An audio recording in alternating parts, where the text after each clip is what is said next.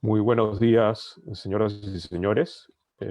Mi nombre es Leonardo López, soy el segundo vicepresidente de la Cámara de Comercio de Lima y presidente de su comisión tributaria. Esta vez me toca el honor de ser moderador de esta mesa de diálogo que va a tratar sobre economía y finanzas, y es una mesa que vamos a llevar a cabo con las agrupaciones políticas que participarán en las elecciones para la presidencia de la República y los congresistas del próximo periodo democrático. Este evento es organizado por la Cámara de Comercio de Lima, así como por Perú Cámaras.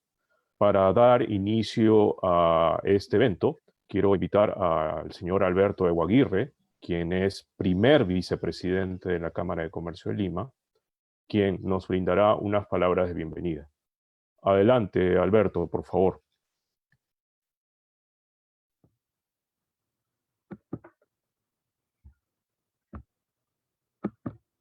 Buenas tardes. Señores representantes de los partidos políticos, señor Leonardo López, segundo presidente de la Cámara de Comercio de Lima y presidente de la Comisión Tributaria. La Cámara. Momento. Señor Carlos Durán, presidente de Perú Cámaras, señores asistentes a este importante evento. Tengan todos ustedes una cordial bienvenida a esta mesa de diálogo sobre economía. Una de las tres que se van a realizar de manera conjunta entre la Cámara de Comercio de Lima y Perú Cámaras. Los principales retos que deberá afrontar el nuevo gobierno que asuma la conducción del país el próximo 28 de julio serán fortalecer efectivamente el sistema de salud con el eficaz combate de la pandemia que todavía va a estar algún tiempo más con nosotros, así como adaptar medidas concretas para poder reactivar efectivamente todos los sectores productivos. Asimismo, el Estado deberá cumplir a cabalidad con la atención de los servicios básicos a la población, en base a una economía sólida, como fruto de crecimiento sostenido y finanzas realmente saneadas, para preservar la confianza de las inversiones nacionales y extranjeras, así como la de los organismos financieros internacionales. El tema que nos reúne hoy en esta primera mesa de diálogo es sobre las propuestas de los respectivos candidatos para mantener el crecimiento sostenido de la economía logrado desde hace muchos años y con mucho esfuerzo, con una adecuada política monetaria que permite el equilibrio fiscal entre ingresos y egresos. Los empresarios somos todos gestores que invertimos en recursos para producir, aún en tiempos difíciles como el actual, a fin de generar más fuentes de trabajo y crear mayor riqueza, tanto para contribuir a disminuir la pobreza que por la pandemia fue al 30% de la población del país, como para generar mayores tributos destinados a solventar los gastos del Estado y permitir que éste los invierta debidamente en infraestructura y educación, entre otros.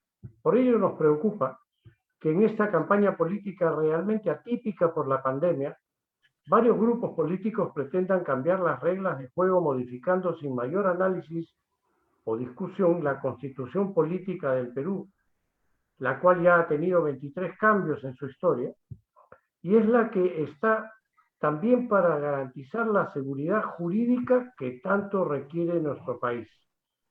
No es que el contrato social esté escrito sobre una piedra inamovible, sino que toda modificación debe hacerse solo cuando se requiere poner al país a tono con los cambios que ocurren en el mundo moderno, luego de un debate profundo y consciente que nos lleve a tomar tan importante decisión. La gran tragedia de Perú es que en sus 200 años de vida independiente ha sido el cambio de hasta 12 veces de Carta Magna. Los países desarrollados y exitosos tienen una sola constitución desde hace más de 2 siglos, sin cambios radicales y con algunas pocas enmiendas. Para asegurar la reactivación productiva en un contexto de emergencia sanitaria, se requiere en primer lugar el reinicio de todas las actividades productivas que cuenten con protocolos sanitarios activos, incluida la minería en actividad y dar pase a los nuevos proyectos que cuenten con aprobaciones legales correspondientes, con el fin de incrementar los ingresos de divisas e impuestos tan necesarios para resolver rápidamente nuestros problemas, así como la culminación de la vacunación de todos los peruanos en el menor tiempo posible y con vacunas de la mejor calidad, que es lo que merecemos. Se requiere asimismo otorgar facilidades para el financiamiento de las micro, pequeñas y medianas empresas, que son el sostén real de la economía, así como dar facilidades para la formalización del 70% que opera informalmente y por lo tanto no tributa, no contribuye al crecimiento del país. Nuestro país vive de un 30% de contribuyentes que pagan. La SUNAT debería aportar ya, llegar al otro 70%. Es justo que el 100% tributemos. Aquel que tiene que tributar debe de hacerlo. Habiendo caído significativamente la recaudación debido a la paralización de la producción, además de un mal manejo de la economía y de la pandemia, también se requiere, como lo ha planteado la Comisión de Asuntos Tributarios de la Cámara de Comercio de Lima, dar facilidades e inmediata solución a los 84.600 contribuyentes que mantienen controversias inacabables sobre cuestionadas deudas tributarias. De igual modo, el nuevo gobierno debe consolidar la seguridad jurídica en el país, preservando las reglas de juego para atraer mayores inversiones del sector privado nacional y también del internacional, que en el año 2020 se redujo en alrededor del 18%. De acuerdo a estudios de nuestro Instituto de Economía y Desarrollo Empresarial, de los 183.000 millones de pesos asignados para el presupuesto público de este año, 122.000 millones, 67%, son gastos corrientes destinados al pago de planillas, quedando solo 61.000 millones, 33%, para inversión y otras acciones o planes para el desarrollo del Perú. Debemos atacar urgentemente este problema, promocionando la reducción del aparato del Estado y al mismo tiempo promocionar la actividad privada desde las microempresas para que éstas puedan asumir el reto de hacer de cada peruano un empresario. Urge, por tanto, una reforma y modernización de la administración pública para tener un Estado pequeño, pero un Estado fuerte y eficaz, como para promover la actividad privada nacional y extranjera con una economía y finanzas saludables. Es por ello de suma importancia escuchar hoy día a cada una de las agrupaciones políticas que nos acompañan, para conocer la visión y acciones de primera mano que ellos piensan implementar y aplicar en caso logren una victoria en la carrera a la presidencia de la República. Queremos pedir a los señores expositores que se concentren en la presentación de sus planes de gobierno. El país está cansado de escuchar ataques personales, promovidos a veces desde algunos medios, los cuales impiden que nuestros ciudadanos puedan analizar los programas económicos y otros, los cuales deben de estar sustentados, con el fin de lograr una votación consciente que nos permita hacer la elección que el país merece. Dicho esto, doy a todos y cada uno de ustedes la más cordial bienvenida a esta primera mesa de diálogo virtual. No sin antes recordar que el día de mañana tendremos la segunda mesa de diálogo sobre el tema infraestructura y el día de jueves la de educación. Muchas gracias. Muchísimas gracias, Alberto. Pues bien, para la presente mesa, cabe destacar que hemos invitado a las 23 agrupaciones políticas que participan en esta contienda electoral, y de esas 23 contamos con la participación de las siguientes agrupaciones. En primer lugar, Alianza para el Progreso, representado por el señor Daniel Córdoba. Contamos también con el Frente Amplio, que está representado por el señor Farid Matuk. Adicionalmente, participará Victoria Nacional, representado por el señor Jorge Chávez. Contamos también con la participación de Podemos Perú, representado por el señor Javier Dávila. Y finalmente también contamos con la participación de Fuerza Popular, representado por el señor Hernando Guerra García.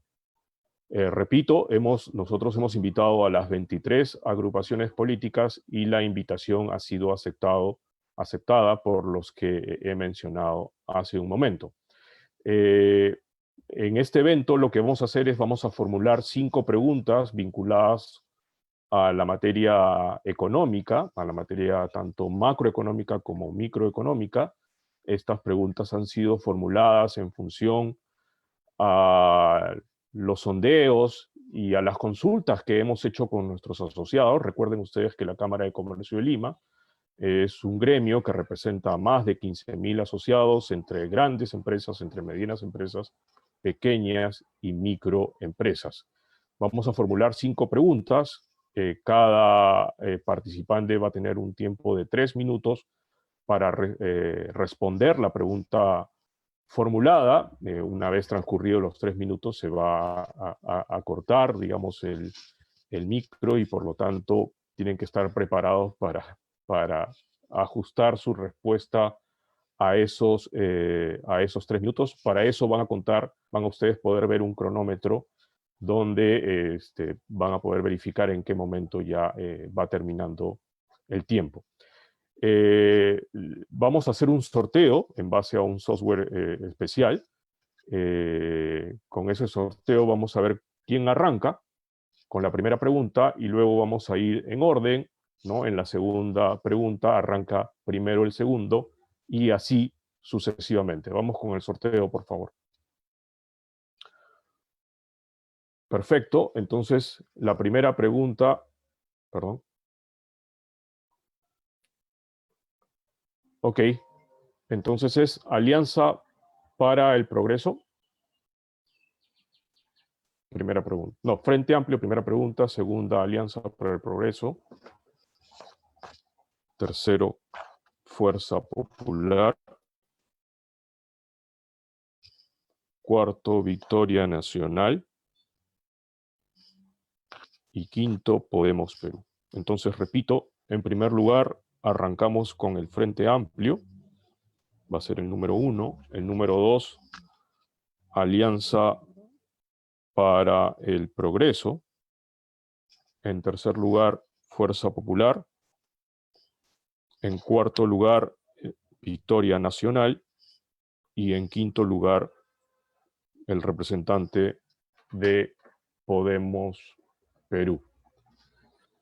Vamos entonces con la primera pregunta. La idea es que cada agrupación conteste y al final de la respuesta, como moderador, voy a dar un comentario general antes de pasar a la siguiente pregunta.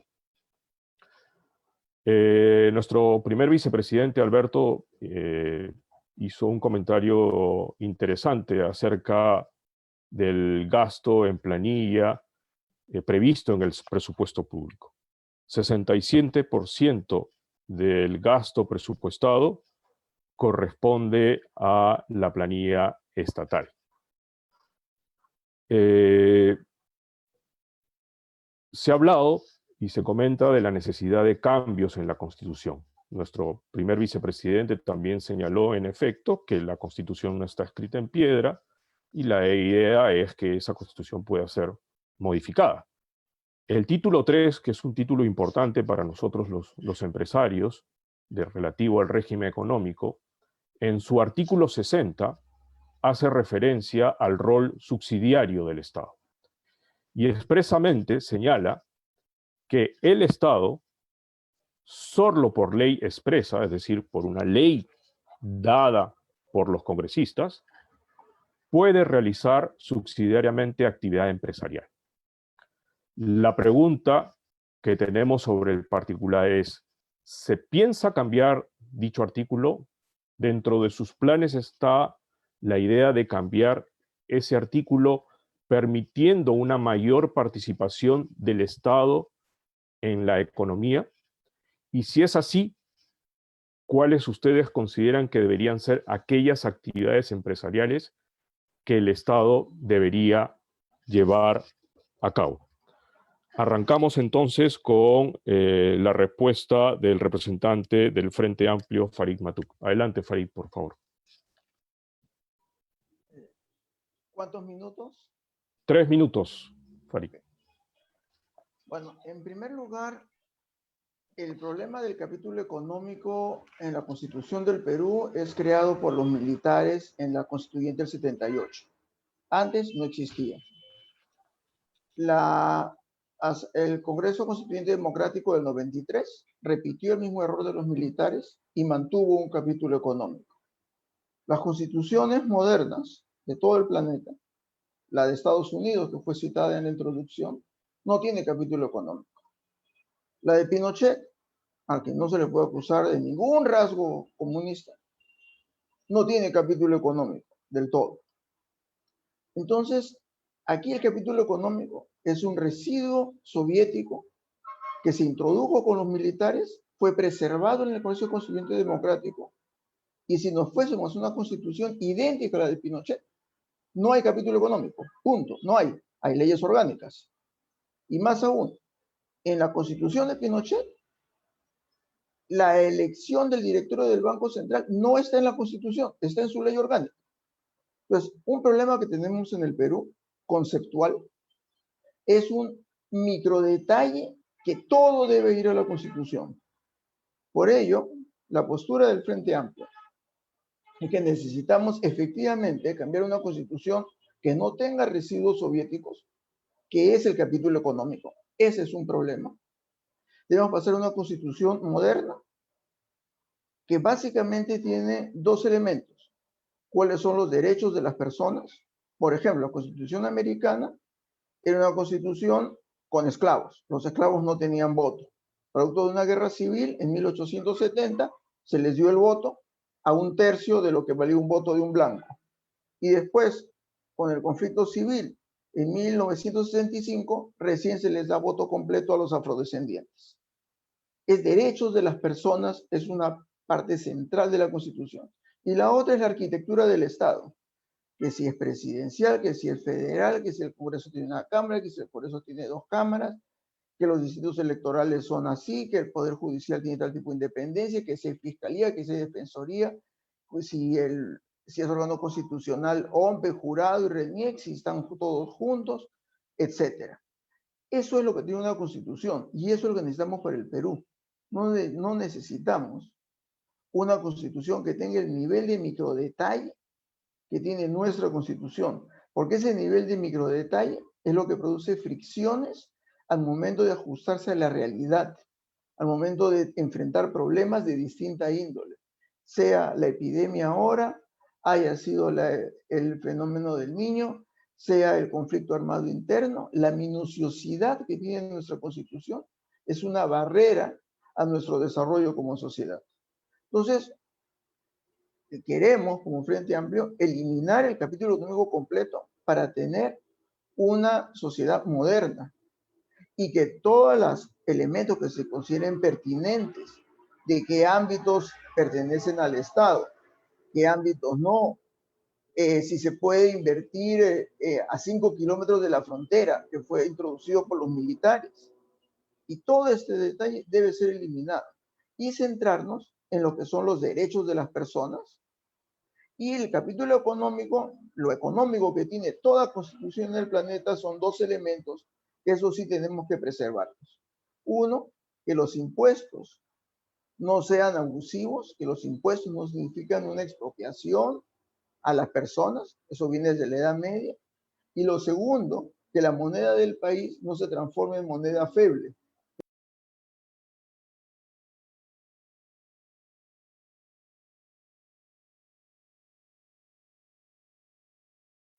Tres minutos. Gracias, muchas gracias, Farid. La misma pregunta, ahora la respuesta de Daniel Córdoba, de Alianza para el Progreso. Bueno, respondiendo directamente a la pregunta, ¿no?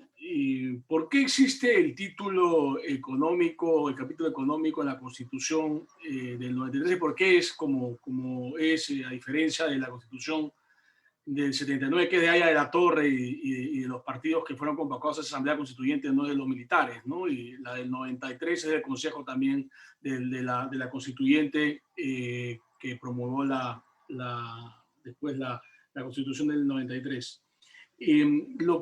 La razón por la cual hay ese detalle, sobre todo en la parte monetaria y en la parte fiscal, es para evitar lo que pasó pues, en los años previos, ¿no? Para evitar que el Banco Central tenga la libertad, por ejemplo, de prestarle al Estado alegremente y se genere hiperinflación, que es lo que sucedió en el pasado, para evitar una serie de, digamos, leyes o políticas que los gobiernos populistas o socialistas en el Perú tuvieron antes, ¿no? y que fracasaron claramente. Ahora, en lo que se refiere a la actividad empresarial del Estado, bueno, la Constitución lo pone como una excepción, pero la verdad sea dicha es que se han mantenido ahí las empresas del Estado, ¿no?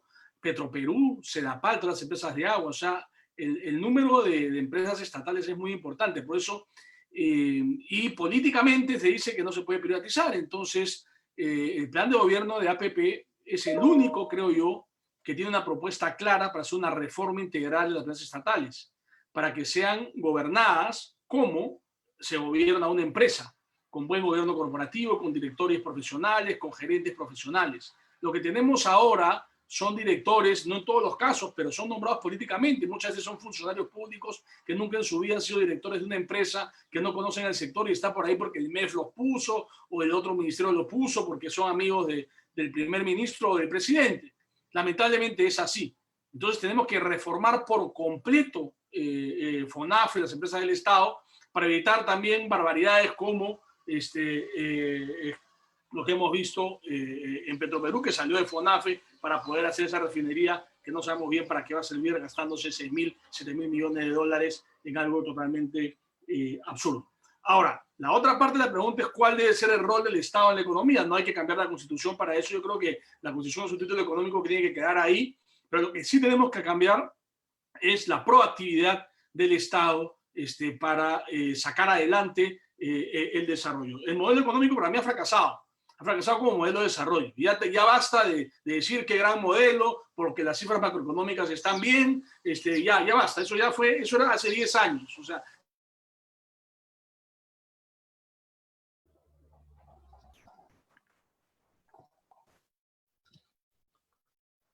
Gracias, Daniel. Se acabó el tiempo. Ahora continuamos con la respuesta de Hernando Guerra García de Fuerza Popular.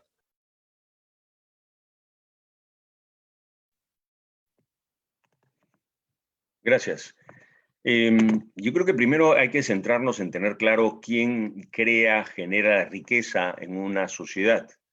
Y esta riqueza la genera las personas, la gente, las empresas, no la genera de ninguna manera el Estado y sus gobiernos. Dicho esto y teniendo absolutamente claro este principio, hay que preguntarnos quién tiene derecho a gestionar la riqueza que produce, y son los mismos empresarios en la misma actividad empresarial. El Estado gerencia muy mal, ojalá pudiera gerenciar bien en algún momento, pero no solamente gerencia mal, sino que además de gerenciar mal, no va a quebrar nunca. Los estados, los municipios, las entidades públicas no quiebran.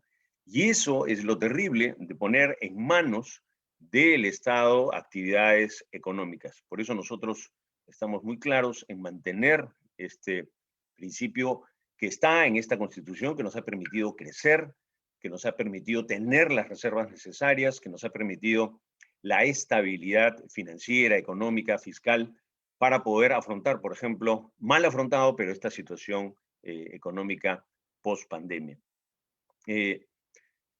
Escucho con sorpresa que ahora la Constitución del 93 es una Constitución casi soviética, ¿no? Entonces, realmente creo que es una interpretación bastante, por lo menos sui generis.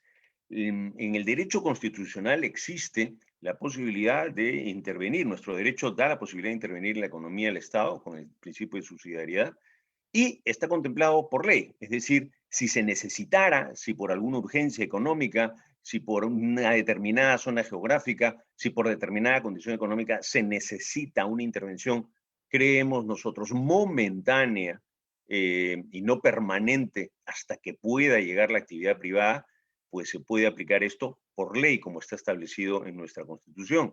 Entonces, de esa manera, nosotros, la única razón por la que encontramos esta necesidad nueva, ¿no? Porque hace poco, hasta hace 2 años, no se hablaba de cambiar la Constitución, es una necesidad nueva, creada, política, que lo que busca en realidad es tener una nueva Constitución, no solamente para ingresar la posibilidad de intervenir en la economía, de tener más empresas estatales, sino de también cambiar otros principios constitucionales que nos han regido en torno a los derechos de las personas, y por eso nosotros alertamos que hay que tener muchísimo cuidado en esta propuesta de cambio de Constitución.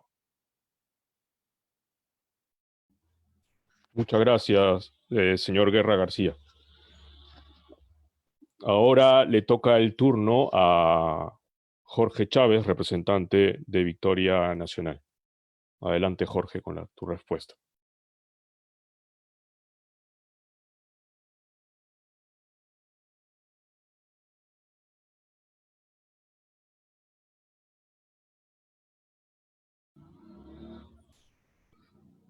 Jorge. ¿Me escuchan? Sí, te escuchamos, Jorge. Bien. A ver, no es la Constitución del 78, sino es del 79. Capítulo económico, la primera constitución en el mundo que introduce capítulo económico es Alemania en 1919. De ahí en adelante España toma el tema y lo unifica con capítulo de derechos económicos y sociales. Luego en América Latina hay varios países que adoptan capítulos económicos, como el caso de Brasil, el caso de Colombia, y Perú es uno de ellos. Entonces no es eso cierto. Ahora, el principio de subsidiariedad, el Perú quizás es el único país en el mundo, por ahí podría haber algún otro, pero hasta donde yo he investigado, es el único país en el mundo donde se establece un principio de subsidiariedad negativo y absoluto. O sea, solamente por ley, o sea, tendría que el Estado pedir permiso para poder tener una participación en actividad empresarial. En caso de Chile, por ejemplo, que es el otro país que podríamos decir que tiene ese principio establecido de manera negativa, porque también todas las constituciones establecen el principio de subsidiariedad, pero en el sentido positivo. O sea, en qué casos es que el Estado debe intervenir, debe participar en la actividad empresarial para evitar que se produzcan ciertas situaciones que pongan en peligro a la sociedad, ¿no? Y en el caso de Chile, por ejemplo, se establece taxativamente que el Estado se reserva su participación en el sector minero y en el sector de combustibles, ¿no? Lo dice así de claro. Y también el tema de fronteras. Ahora, yo creo que sí comparto de que el principio de subsidiariedad en el caso peruano sí es importante que se mantenga en el sentido negativo, pero tiene que ser revisado a mi criterio, porque ya los cambios que se han dado en el desarrollo tecnológico hacen que el Estado, para poder jugar un rol promotor de la inversión, necesite entrar y salir en el mercado, entrar y salir. Por ejemplo, en lo que es el programa Innovate Perú, el Estado ahí mete plata en 20 startups, de las cuales una nomás va a sobrevivir. Y esa una puede ganar millones. Ahora, el Estado peruano mete plata, pero en ese caso de éxito no tiene participación.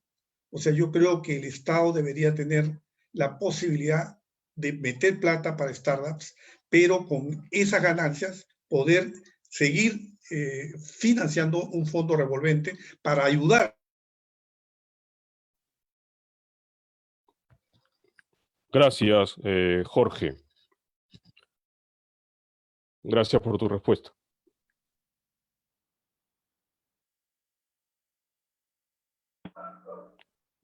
Jorge, gracias por tu respuesta. Terminó el tiempo. Ahora pasamos con Javier Dávila de Podemos Perú para escuchar su comentario. Adelante, Javier, por favor. No, gracias por la invitación. Creo que el tema de la Constitución y de la larga discusión que se está teniendo en esta campaña respecto a cambiar, tenemos que entender varias cosas. Primero, la Constitución es un marco referencial que nos va a permitir justamente determinadas acciones para poder conducirnos hacia el desarrollo en todas las dimensiones, ¿no? Económica, social, humana, etc.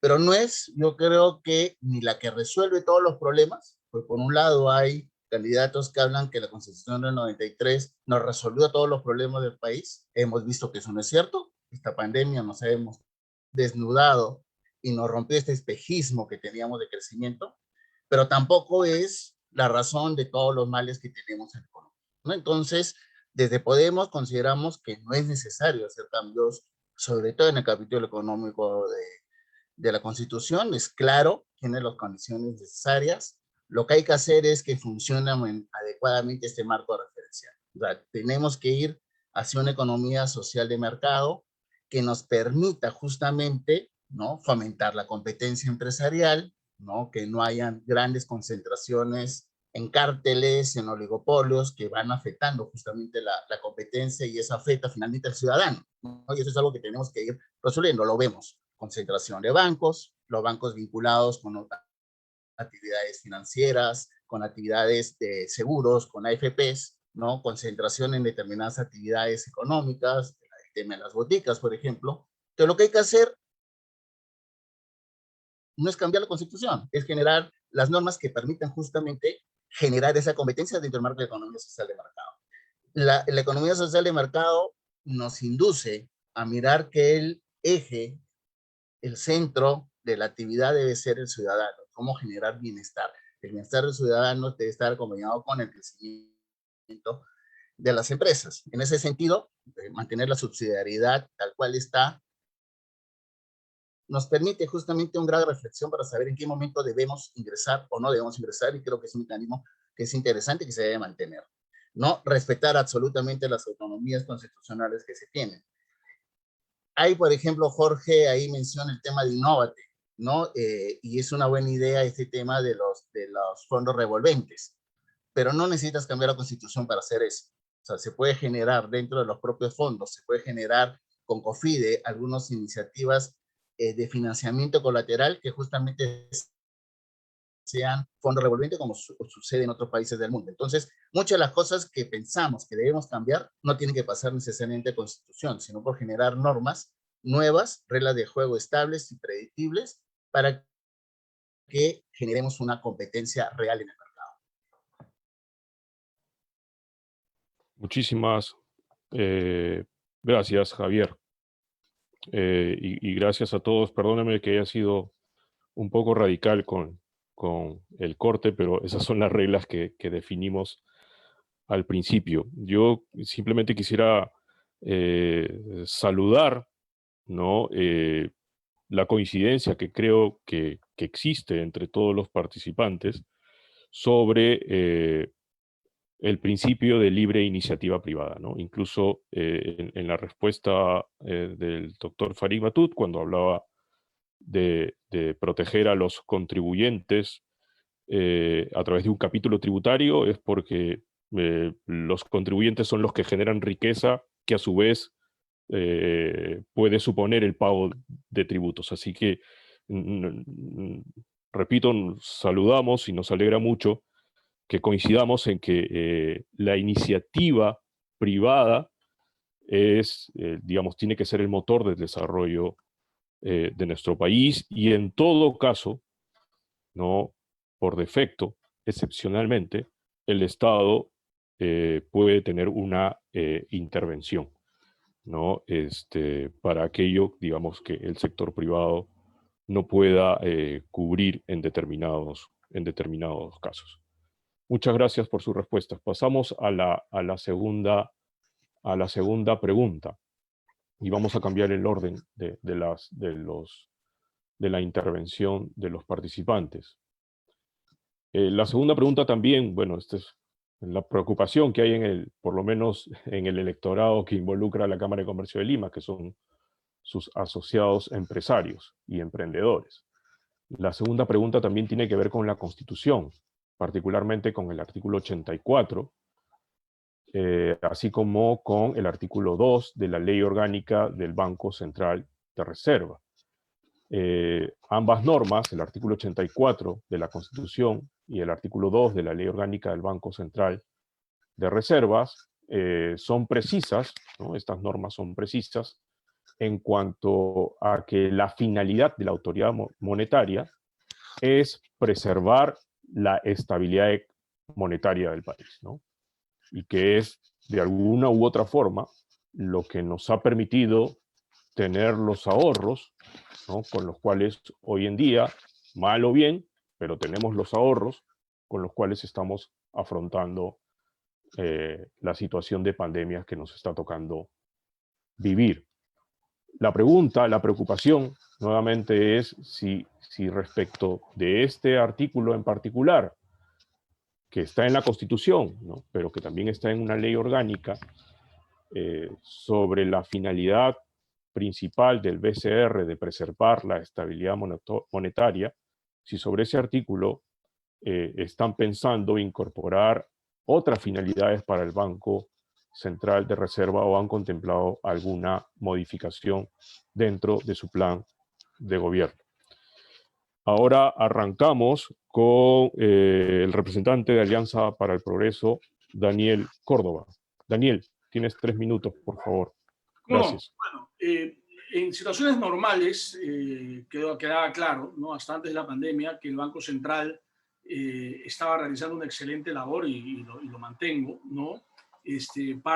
Teniendo como meta principal la estabilidad de los precios, tanto de los precios en soles como el tipo de cambio, ¿no? Porque ha sido un modelo sui generis, un modelo monetario sui generis el peruano, al empezar, digamos, el periodo de estabilidad con 2 monedas, que hasta ahora se mantiene, ¿no? Una economía con 2 monedas.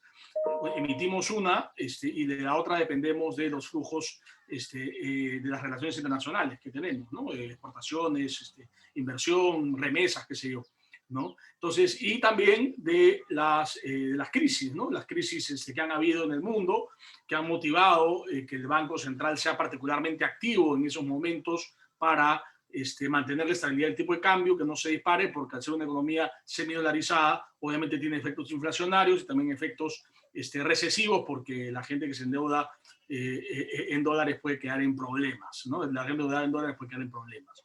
Ahora bien, la pandemia nos ha demostrado que el Banco Central no solo se dedica a eso, porque los 60.000 millones de soles puestos sobre la mesa para salvar o para aliviar a las empresas formales, ¿no? Nos han demostrado que resulta que el Banco Central no solo pues, sirve para mantener estables los precios, sino también, y la Constitución lo permite, puede intervenir en periodos críticos como el de la pandemia, que nunca esperamos que pase, ¿no? Para aliviar la economía, ¿no? Entonces eso significa que el Banco Central sí puede, sí tiene la capacidad para hacer eso y no ha generado los 60.000 millones de soles inflación alguna, y es una emisión inorgánica, no ha sido nada de emisión, emisión de bono, no. Esto ha sido emisión del Banco Central que no ha generado inflación. ¿Por qué? Porque las expectativas racionales de los agentes económicos ya confían en el sol, confían en el Banco Central y además confiaron en el criterio de que sí se necesitaba un rescate. Nosotros consideramos que en este año eso tiene que estudiar, el Banco Central tiene que estudiar la posibilidad de ampliar este rescate, porque lo que se viene en términos de moras, lo que se viene en términos de malas deudas, es complicado, es complicado. Es por eso que nosotros hemos lanzado esta iniciativa de compra de deuda. Consideramos que el Banco de la Nación tiene que ser más activo. Consideramos que ha habido en realidad una represión financiera en el sistema, un sistema demasiado ahorrativo, ¿no? Y nos hemos dado cuenta un poco tarde, pero nunca es tarde para corregir, ¿no? Entonces creemos que tiene que haber una evolución en ese sentido.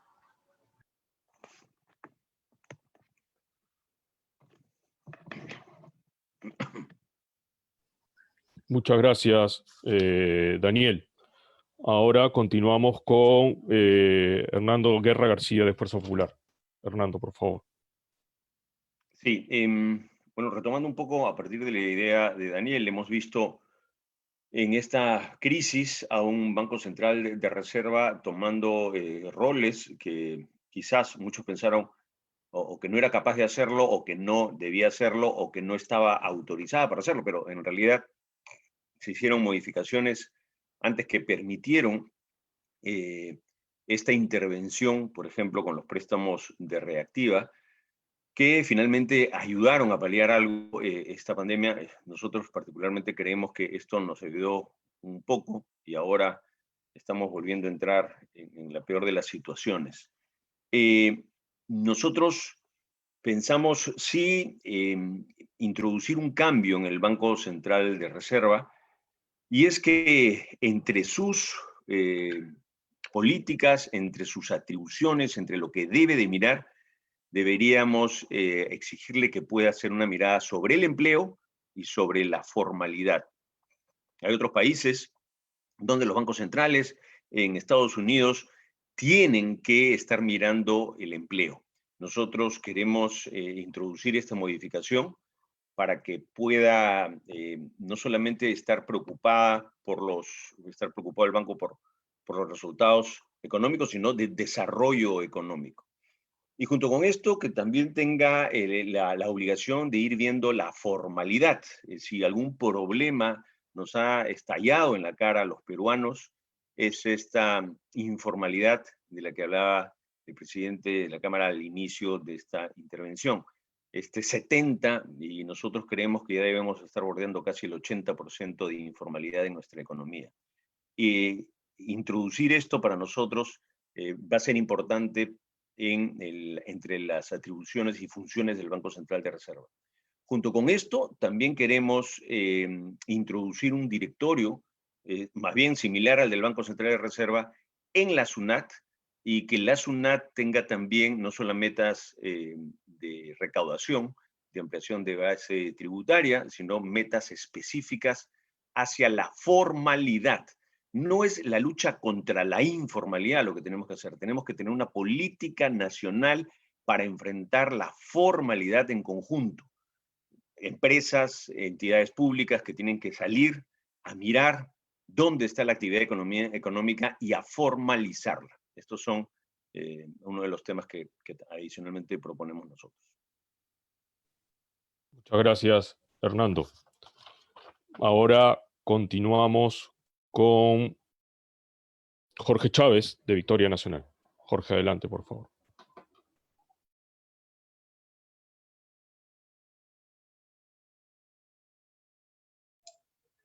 ¿Me escuchan? Sí, Jorge, te escuchamos. Decía que bueno que ahora escucho posiciones que se aproximan a la posición que tiene Victoria Nacional y que varias veces he sustentado. Y es que el objetivo, la finalidad del Banco Central de Reserva ha quedado obsoleta. O sea, la pandemia lo ha puesto en evidencia, pero ya en Estados Unidos, en Europa, ya los bancos centrales hace mucho tiempo que tienen un objetivo como finalidad buscar la estabilidad macroeconómica. Y para eso intervienen básicamente a través de la tasa referencial y algunos instrumentos complementarios. Ya no directamente a través de la emisión, que fue lo que tuvimos que hacer cuando había la hiperinflación y había que matarla un poco con garrote, ¿no? Pero ya ahora, en el tiempo, poco a poco, la política del Banco Central, en la práctica, es una política orientada a buscar la estabilidad macroeconómica, o sea, a graduar tanto los precios como la actividad económica en su conjunto. Y en el caso de la pandemia, ahí se ha demostrado con mayor claridad. O sea, Reactiva Perú es un típico programa que va orientado a evitar que se pierdan empleos. Y no tiene nada que ver con la finalidad de búsqueda de estabilidad de precios. Así que ya fue rebasada. Y es más, si quisiéramos ser rigurosos, el directorio del Banco Central ha cometido falta grave, porque la decisión de sacar un programa como Reactiva Perú va a contrapelo totalmente de la finalidad que se establece en la Constitución. Así que si quisiéramos ser radicales entonces y mantener ese principio, bueno, y ser consecuentes con eso, tendríamos que pedir la renuncia, o el Congreso tendría que pedirle la renuncia al directorio del Banco Central por haber cometido falta grave. Y también sería bueno que vayamos reflexionando en el tema de las tasas de interés. Yo no estoy de acuerdo con la ley que ha sacado el Congreso, porque se mete no solamente con las tasas activas, sino con las tasas pasivas. Las tasas pasivas bien podrían graduarse y encontrar un equilibrio con bastante transparencia en la información. Hoy en día la tecnología permitiría divulgar cuánto están ofreciendo cada banco y poder tomar decisiones cada ahorrista y pasar sus fondos de una cuenta a otro, de un banco a otro banco, si es que esto se norma para que haya facilidades. No es necesario ponerle topes a las tasas pasivas. Pero, sin embargo, en las tasas activas sí, porque el cliente de las tasas activas, el que toma un crédito, es una especie de rehén de ese banco. Entonces, y ahí lo que sucede, y de hecho el Banco Central ya ha venido poniendo topes a las tasas de interés por décadas, pero las ha hecho que sean, rijan solamente para fuera del sistema financiero.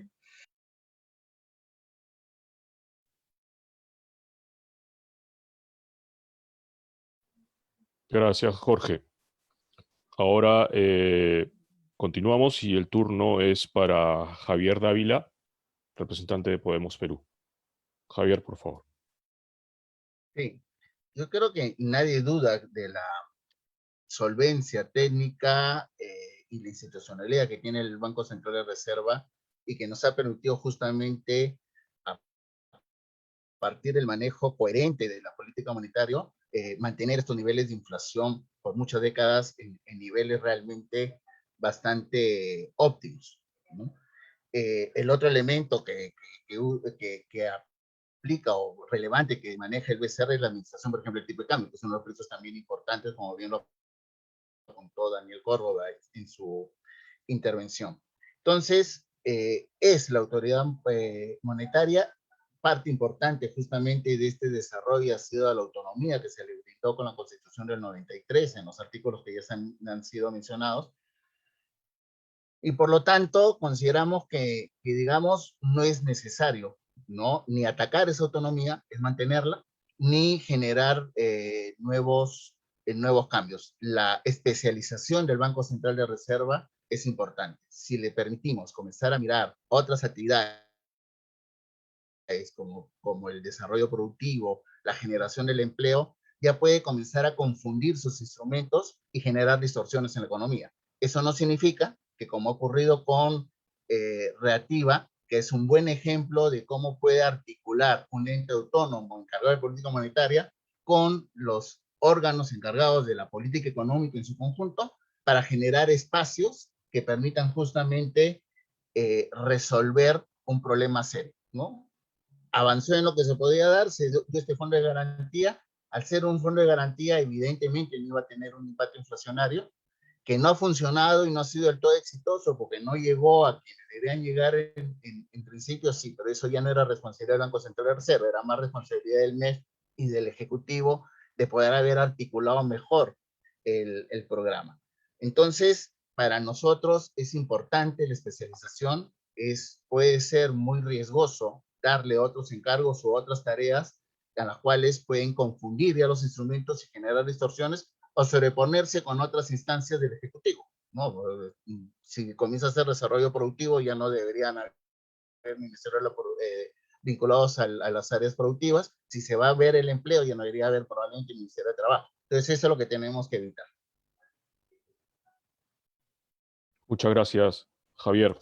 Y ahora continuamos para terminar con esta pregunta con el comentario de Farid. Adelante, Farid. Bueno, aquí es importante no glorificar la Constitución del 93, porque la elección del Banco Central es indistinguible de la Constitución del 79 y la del 93. Letra por letra. Es idéntica. El Ejecutivo nombra 3, el Congreso nombra 3, el Ejecutivo propone el presidente y el Congreso rechaza o acepta al presidente. Entonces, eso es importante tenerlo presente para no glorificar la Constitución del 93. ¿Es un sistema bueno? Me parece que tiene un problema. El año 85 y el año 95, el Banco Central fue secuestrado por el Ejecutivo. Fue secuestrado porque si el Ejecutivo tiene mayoría en el Congreso, pone los 3 directores que corresponden al Congreso.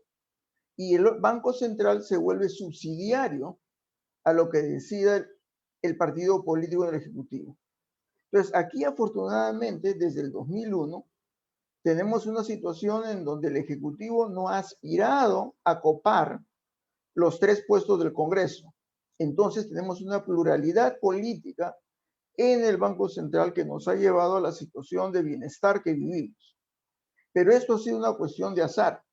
Entonces, un elemento que queda pendiente a analizar es cómo evitar el secuestro del Banco Central en el caso que el partido político que gane el Ejecutivo tenga mayoría propia en el Congreso y de esta manera la política monetaria se vuelve subsidiaria a lo que decida el Ejecutivo.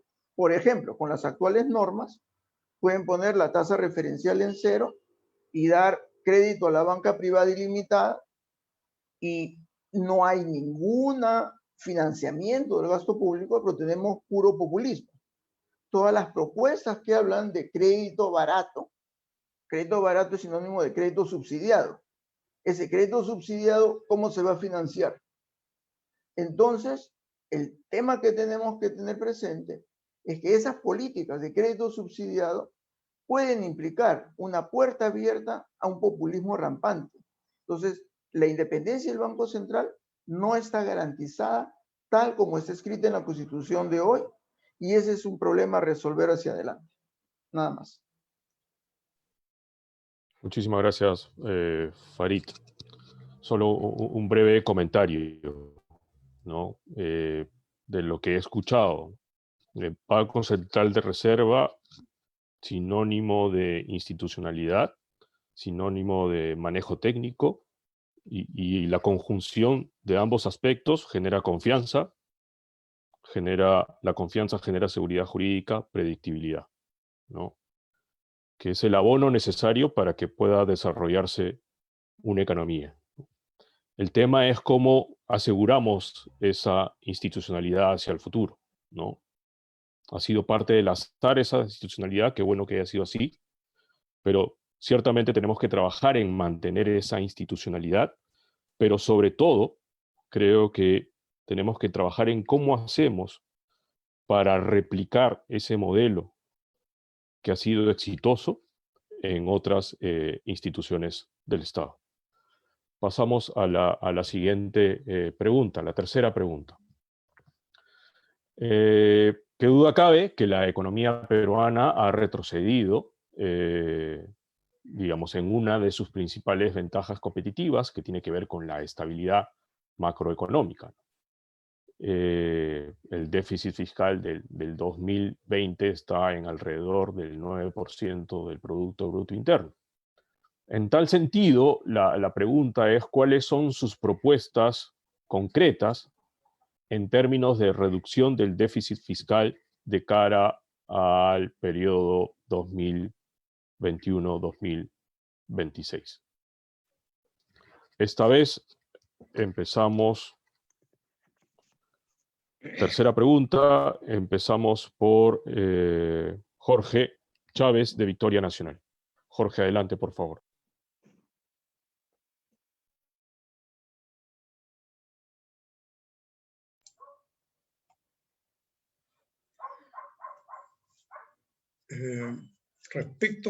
Si me permiten, respecto al Banco Central, es un tema especializado, o sea, no es darle al Banco Central un rol de fomento del empleo. El Banco Central es un organismo regulador de la moneda y el crédito, y a través de los instrumentos monetarios, lo que estamos diciendo es que su finalidad tiene que ampliarse a que sea macroeconómica, la estabilidad macroeconómica. Nada más, como sucede en los demás bancos centrales, además del mundo, o sea, no es nada del otro.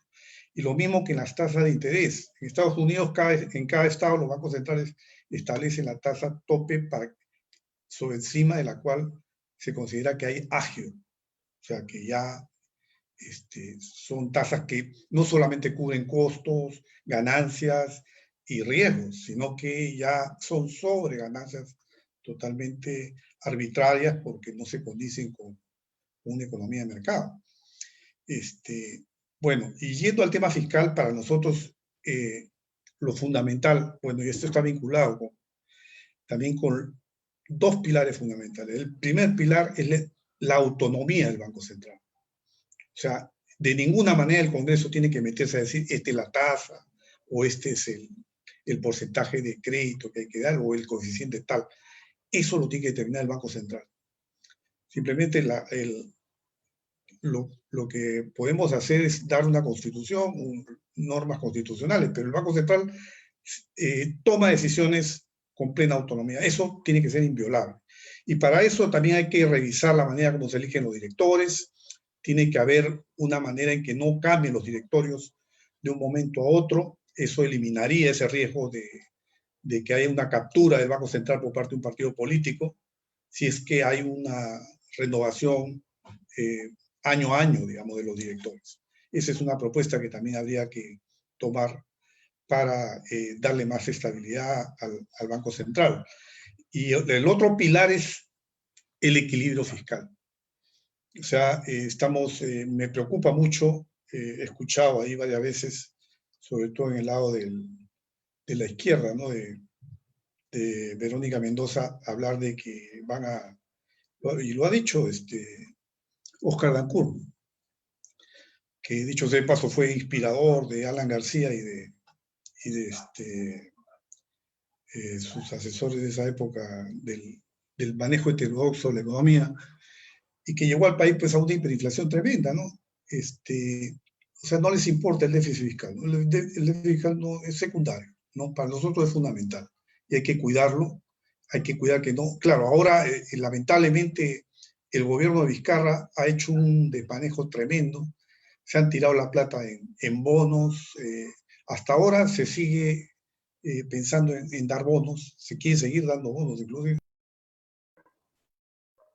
Gracias, Jorge. Continuamos ahora con Podemos Perú, Javier Dávila. Tu turno, Javier. Bien, definitivamente estamos en un entorno sumamente complicado. Como bien dijo Jorge, todo lo ganado en los últimos años se ha gastado, ¿no? Sí coincido en que se dio un gasto poco afinado, ¿no? Yo creo que hubo una desesperación y se comenzó a soltar plata sin tener claramente una focalización de los objetivos, y eso ha generado esta crecida importante del déficit. Y es algo que no lo vamos a poder reducir de la noche a la mañana, porque el problema continúa.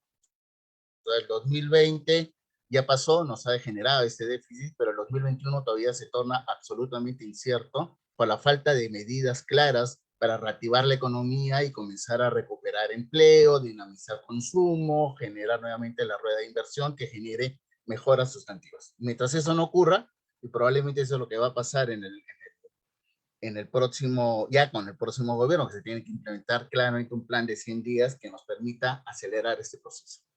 Y ahí yo creo que respecto al déficit fiscal, la economía es clara. O aumentas los ingresos,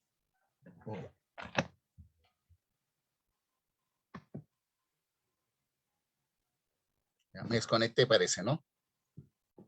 ¿Me Sí, escuchan? sigue, por Javier. favor, Sí. Javier. Sí, te escuchamos El déficit fiscal se reduce o se maneja bajo dos criterios. Aumenta los ingresos tributarios o reduces gastos. En este entorno es evidente que Podemos consideramos que no es posible aumentar impuestos, por lo menos en los próximos años. Y por el otro lado, sí hay margen para reducir gasto, en hacer más eficiente el gasto del Estado. Para eso nosotros proponemos revisar, una vez que entremos al gobierno, revisar el presupuesto, ir hacia la lógica del presupuesto base cero, que nos permita justamente orientar los gastos en las áreas que se necesita gastar y dejar de gastar en lo que sea innecesario.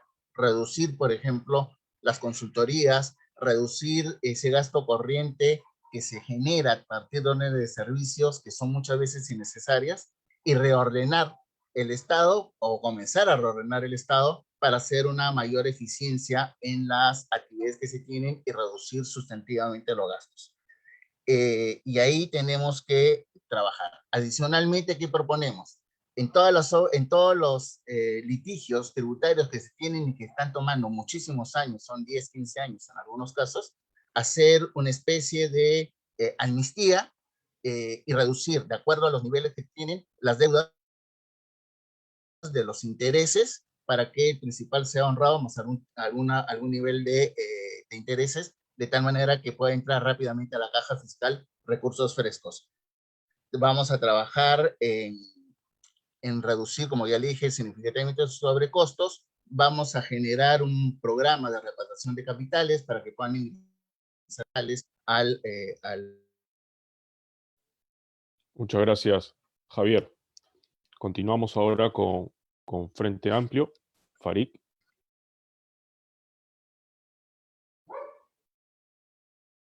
Adelante, Farid, por favor.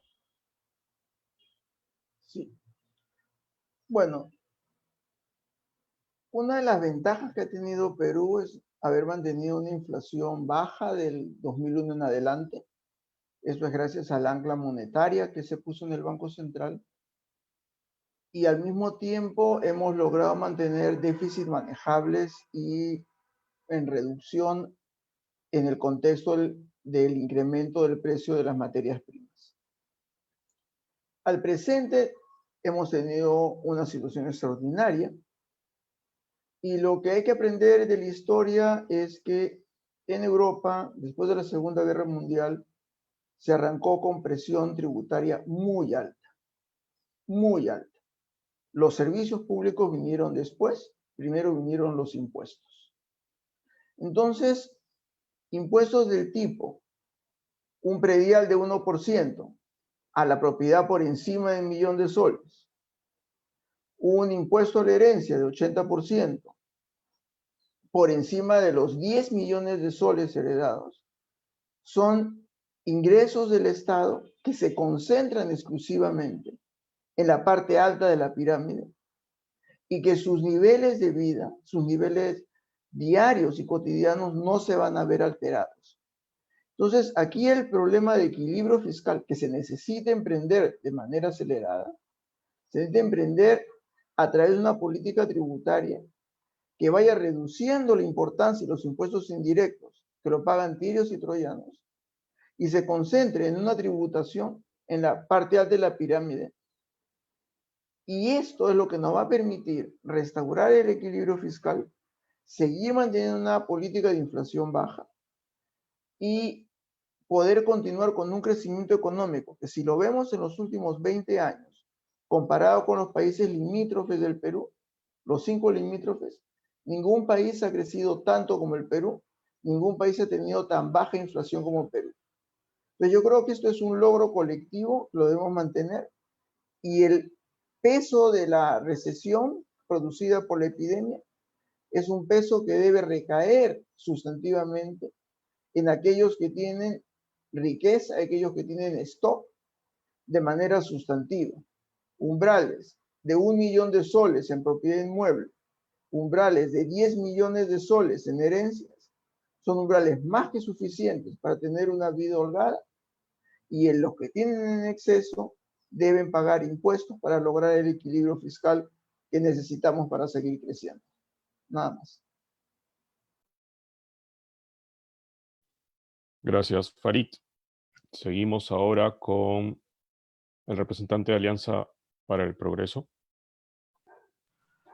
Bueno, yo discrepo, Daniel. como suele suceder con Farid, pero no considero que el manejo económico ha sido adecuado en los últimos 20 años. Yo creo que el manejo financiero ha sido adecuado y es muy diferente. El Ministerio de Economía ha sido un ministerio de finanzas, no ha sido un ministerio de economía.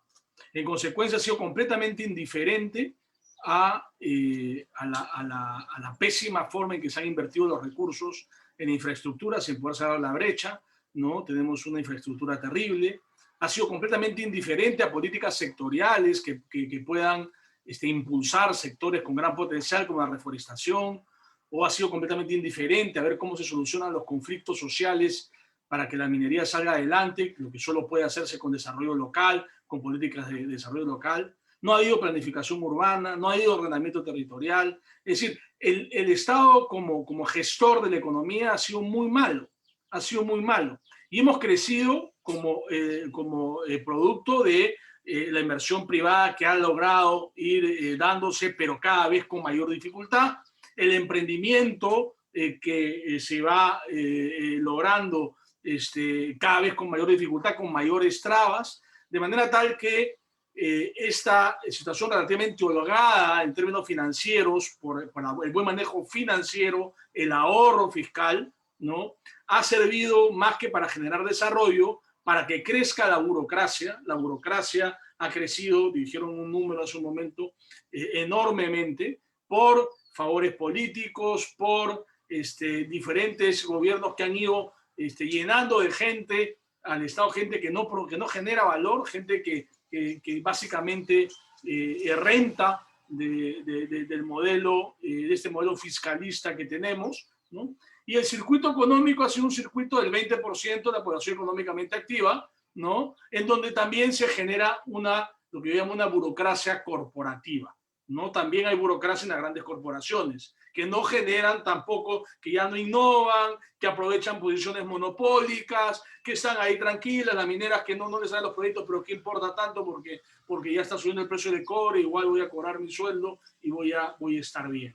Entonces yo soy muy crítico del modelo peruano, porque creo que nos hemos encandilado con un modelo que definitivamente es mejor que el socialista, obviamente, pero que no ha generado el desarrollo que los países que podría generar con el dinero que tiene. Yo creo que si se invierte bien el dinero, si se invierte bien en infraestructura, si se generan una buena gestión de los servicios públicos, no tengo ningún problema de incrementar el rato de endeudamiento que tiene el Perú ahora, que es uno de los más bajos del mundo.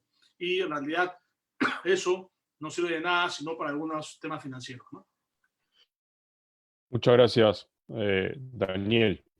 Y ahora el turno de Hernando Guerra García, de Fuerza Popular.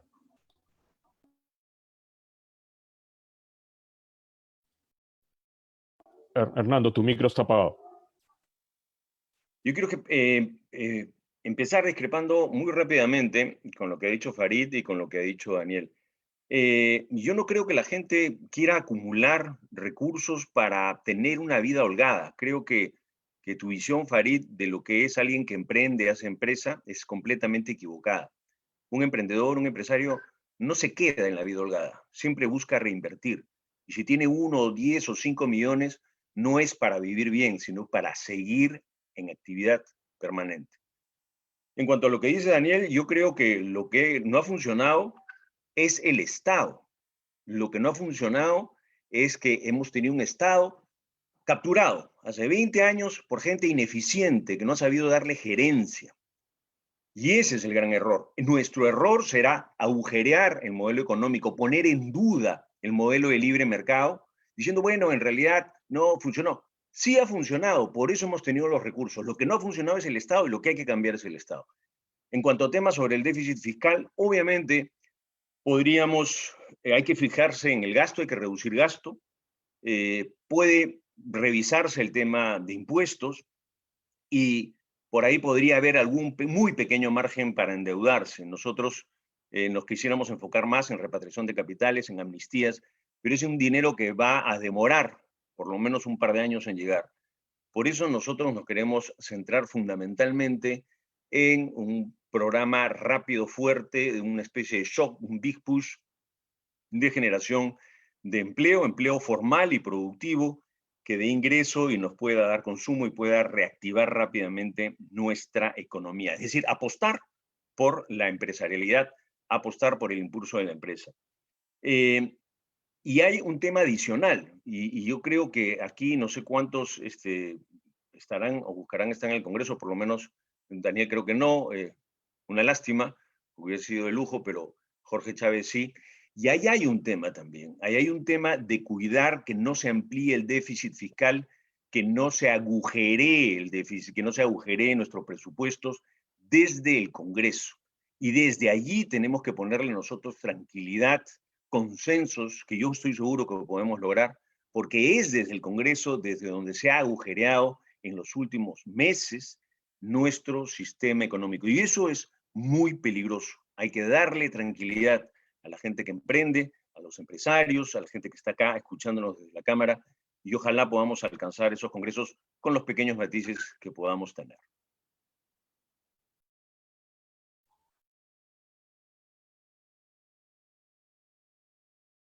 Muchas gracias, Hernando, y muchas gracias a todos por su respuesta. Probablemente ustedes van a llegar al poder a través de sus representantes, y lo que quisiéramos comentarles es que la Cámara de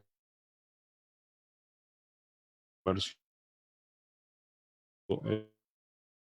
de Lima, todo tiene problemas, y uno de esos problemas tiene que ver justamente con la deuda tributaria y con la justicia tributaria. Y en ese sentido, recientemente la Cámara de Comercio de Lima le encargó a Macrocónsul elaborar un estudio sobre la deuda tributaria. Y una de las sorpresas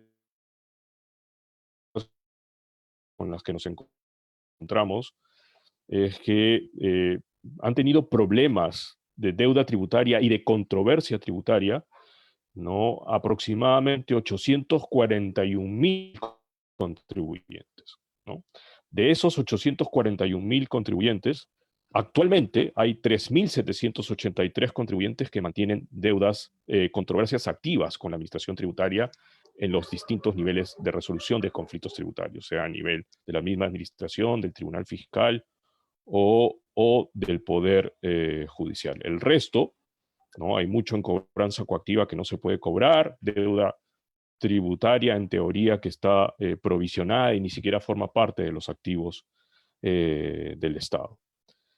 Si nosotros lanzamos un programa de sinceramiento tributario, se podría recaudar más o menos 12.000 millones de soles según el informe de Macrocónsul, ¿no? 12.000 millones de soles que vendrían súper bien para nuestra caja fiscal, para nuestro tesoro, dada la situación económica que ha significado una caída importante en los recursos tributarios.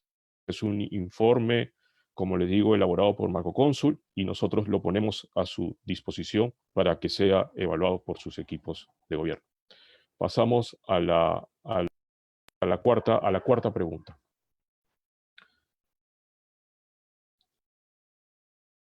La cuarta pregunta tiene que ver con algo absolutamente relevante para el empresariado, ¿no? Con los colaboradores, ¿no? Con los que hacen posible la empresa. Acuérdense que la empresa, para nosotros, por lo menos desde nuestro punto de vista, es una conjunción, ¿no? Una cooperación entre el capital y el trabajo, ¿no? O sea, no lo podemos ver de manera, digamos, de enfrentarse, sino hay una cooperación activa entre el capital y el trabajo para crecer, ¿no? Todos queremos crecer, los trabajadores quieren crecer, los empresarios quieren crecer. Ciertamente la pandemia, creo que no cabe ninguna duda en ese sentido, es evidente, nos ha golpeado, ¿no? Todo el campo laboral, todo el mundo laboral ha sido golpeado por la pandemia. Sobre todo el poco mundo laboral formal que tenemos. Entonces, en ese sentido, digamos, tocar el tema laboral es algo que no podemos dejar pasar, ¿no? Es algo, digamos, inexorable. Y la pregunta es si ustedes tienen alguna visión o cuál es su visión en los 100 primeros días, si les tocara hacer gobierno, cuál es su visión respecto del aspecto laboral, es decir, cómo hacemos que más peruanos tengan un empleo digno. Esta vez nos toca empezar por Hernando, de Fuerza Popular, Hernando García. Adelante, Hernando, por favor. Nosotros en Fuerza Popular estamos muy preocupados con el sector más pobre de nuestra población, un grueso de casi 9 millones de personas que están en la sierra de nuestro país y en zonas rurales. Allí no solamente no hay formalidad en el empleo, sino que hay empleo muy, muy precario. Hay ahora también desempleo y allí nos queremos enfocar. Muchas veces hay una lectura equivocada en la que se comenta y se dice que como si la informalidad fuera la causa. En realidad, la informalidad es solamente un síntoma de la bajísima productividad que tenemos en muchos tipos de empleo. Entonces, nosotros nos queremos concentrar en buscar aumentar la productividad y sobre todo la productividad en el campo. Con muy pequeñas inversiones, si lográramos duplicar la productividad en temas de semillas, en capacitación, podríamos estar generando un nuevo contingente de gente que saldría mucho más rápidamente de la pobreza. Eso, por un lado, ese es el gran empleo en nuestro país. El segundo gran empleador en nuestro país es la pequeña, mediana y microempresa, que en realidad genera la mayor cantidad de empleo formal inclusive.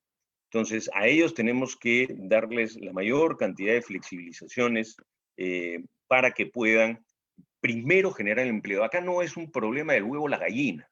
No hay empleo si no hay empresas. No hay empleo si no hay emprendimiento, si no hay alguien que genera la empresa inicialmente. Entonces, hay que centrarnos en apoyar la reactividad. Es un momento para poder proponer flexibilidades laborales. Yo estoy seguro que el pueblo peruano, que la mayoría de la gente lo que quiere ahora es trabajo y va a poder admitir flexibilidades en regímenes especiales que puedan permitir, sobre todo a la pequeña y mediana empresa, pero también a otros sectores, comenzar a avanzar. Y luego, ya pasado el primer año, ya podemos centrarnos en ir apretando más, por así llamarlo, el tema de la formalización y el buscar que los derechos laborales así se cumplan. Nosotros, en este sentido, es en nuestros primeros días concentrarnos en que exista empleo para reactivar nuestra economía, para tener consumo. Y luego, elevar la productividad, porque será la productividad la que nos sacará de la informalidad. Repito, hemos tenido una lucha permanentemente equivocada contra la informalidad y hay que luchar por la formalidad y sobre todo por la productividad. Cuando haya productividad, habrá buen empleo y será digno. Muchas gracias, Hernando. Seguimos con Jorge Chávez, de Victoria Nacional. Adelante, Jorge.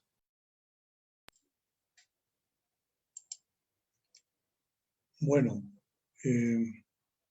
sí, o sea, creo que estoy encontrando más coincidencias que antes, ¿no? con mis colegas de los demás partidos.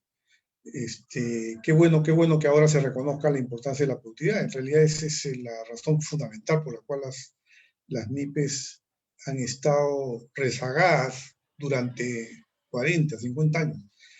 Nunca el Estado se ha preocupado por las MIPES. Nunca. Inclusive, miren ustedes, el Ministerio de la Producción. O sea, ve solamente bienes, pero no ve los servicios. No ve el comercio, por ejemplo. A pesar de que su ley orgánica establece que debe haber, no lo ve en la práctica. Y gran parte de las MIPES son comerciantes, son MIPES comerciales. Sí, y para ellos yo he propuesto inclusive varios salarios mínimos, uno para la MIPE y otro para la empresa grande y mediana, podría ser. Pero esto no hay un consenso en Victoria Nacional, es un pensamiento mío totalmente, y es un tema que además debería entrar en un estudio de evaluación, pero de hecho, en diversos países se aplican salarios mínimos diferenciados, sobre todo en aquellos donde los mercados laborales son muy fragmentados, donde hay una heterogeneidad estructural de los mercados laborales, como es el caso del Perú. Inclusive hay países donde se distingue remuneraciones mínimas por regiones o por sectores. Entonces, nosotros acá hemos querido ser más papistas que el Papa. Entonces, yo creo que una de las cosas que tenemos que evaluar ya en conjunto, una vez que termine la elección, en el Congreso y, bueno, el Consejo Tripartito, donde participa el Estado, los trabajadores y las empresas, evaluar en serio todo el andamiaje que hay para el tema de las remuneraciones mínimas y que haya un ajuste en función a la productividad, que se contemple las diferencias de las empresas, porque de otra manera es muy difícil que las pequeñas microempresas puedan seguir creciendo si tienen niveles de obligaciones laborales y tributarias tan altas, ¿no? Entonces, simplificación de impuestos, monotributo, cancelatorio mensualmente y flexibilidad laboral para las pymes, fundamental, pero la base de todo el esquema que tenemos en Victoria Nacional está en la elevación de la productividad a través de plataformas tecnológicas a las cuales vamos a subir a las empresas. Gracias, Jorge. Continuamos ahora con Javier de Podemos Perú. Javier Dávila, por favor. Sí, yo creo que el tema de empleo es vital si queremos recuperar la economía a los niveles que teníamos en cierta forma hace el 2015. Ya a partir de 2016 claramente veíamos un deterioro de estos indicadores. Pero hay que mirar el tema de empleo desde diferentes perspectivas, porque muchas veces pensamos que vamos a resolver el tema del empleo bajo una misma política, ¿no? Porque hay tres mundos, creo, claramente diferenciados y que tenemos que atacar su problemática en cada uno de esos aspectos. El tema de los autoempleados, pero no de los autoempleados profesionales, sino de los autoempleados técnicos que han adquirido un oficio y que son pues los jardineros, son los grafiteros, son los electricistas, etcétera, que trabajan el día a día y que esos han sido los más afectados por esta crisis, ¿no? Y que están en la línea de la informalidad. Otra línea parecida es la de las empresas individuales de responsabilidad limitada, que son más o menos 1.245.000. En tema de autoempleados son alrededor de 4 millones de personas, ¿no? Y que hay que trabajar. ¿Qué vamos a hacer con el autoempleo? Temporalmente darles empleo productivo en las funciones que tienen que hacer para mejorar los barrios, para las obras de agua y desagüe inicial, para la organización de los mercados de abastos que estamos proponiendo, de tal manera que puedan ir generando gestión de residuos sólidos. Es otra, de tal manera que se puedan generar ingresos especializándose para luego constituirse de manera formal en algún modelo empresarial. Con las empresas industriales de responsabilidad limitada hay que trabajarle un modelo de incentivos para que se formalicen, con disminución de impuesto a la renta, con disminución temporal de la contribución a salud. Trabajar empleo juvenil, ¿no? Trabajar empleo parcial, a tiempo parcial, flexibilizarlo en ese sentido de tal manera que los chicos puedan combinar sus actividades de formación con el trabajo, y finalmente ir claramente hacia una política de clúster. Una política de clúster en donde se generen parques o la infraestructura necesaria que puedan sostenerse, programa de desarrollo de proveedores, encadenamientos, todo eso con el apoyo del Estado para partir de un plan de trabajo, de un plan de acción que tenga posibilidad de verificar el cumplimiento de indicadores. ¿Qué sectores pueden ser rápidamente impulsores? Porque son generadores o demandantes grandes de mano de obra. La pesca para consumo humano, la metalmecánica vinculada a la minería. Nosotros creemos que tenemos que activar lo más rápidamente posible los 42 proyectos mineros existentes que están listos para comenzar a operar, y el resto, que son 7 u 8, trabajar con las comunidades para que puedan levantarse las sospechas, los problemas que pudieran haber, para que puedan implementarse rápidamente y aprovechar lo más rápido posible o alcanzar parte del boom del precio del cobre que estamos teniendo. En agricultura familiar vamos a... Gracias, Javier. Terminó tu turno. Vamos con el turno de Farid, por favor, de Frente Amplio. El reloj ya está. Bueno, sobre el tema del empleo, creo que es importante tener una diferenciación de lo que es empleo informal genuino y de lo que son evasores de legislación laboral y de impuestos. Un caso concreto es la actual huelga de transportistas. Estos transportistas son dueños de camiones, tienen capital y no tienen trabajadores. Operan al margen de las leyes laborales. Probablemente SUNAT les caiga en algo, pero en el ámbito laboral operan al margen. No hay legislación que proteja a los trabajadores que están en el sector transporte. Y así como esto podemos generalizarlo a un conjunto de actividades económicas. Al dueño de 10 combis. El dueño de 10 combis es un empresario que perfectamente pudiera vivir con 9 combis y pagar 10% de impuestos de las ganancias que tiene. El que tiene 50 mototaxis que alquila pudiera pagar sus impuestos perfectamente y tener trabajadores. Entonces, aquí lo que tenemos que diferenciar es de aquel empleo informal urbano, la familia de ancianos en donde la esposa cocina los queques y el esposo vende los queques en el semáforo. Ese es un sector informal. La familia campesina, dueña de una pequeña porción de tierra, donde toda la familia la trabaja. Ese es un sector informal. Pero aquellos sectores en donde tenemos sustanciales montos de capital que son trabajados a través de la evasión de la legislación laboral y gracias a eso una reducción de la presión tributaria que debía tener esa actividad, no puede ser clasificado como sector informal. No puede ser clasificado, punto. Entonces, efectivamente se necesita tener una mayor claridad en la legislación tributaria, pero lo que tiene que arrancarse de manera muy clara, es que hay un sector informal que está constituido por informalidad genuina, las personas que viven en precariedad económica, que no tienen capital propio y no tienen un patrón, y aquellos que son explotados por dueños de cantidades sustantivas de capital. El ejemplo más patético, el que tenemos ahora con la huelga de los transportistas de carga. Tener un camión de carga es tener una sustantiva cantidad de dinero. Y esa sustantiva cantidad de dinero no está tributando como debe ser y no está creando el empleo formal que debiera crear. Gracias. Gracias, Farid. Y vamos ahora con Alianza por el Progreso. Daniel, por favor. Bueno, se puso de moda hace un tiempo, ¿no? La famosa frase de Einstein que dice que buscar resultados diferentes haciendo siempre lo mismo es la más clara definición de la locura. Y yo creo que en el Perú insistimos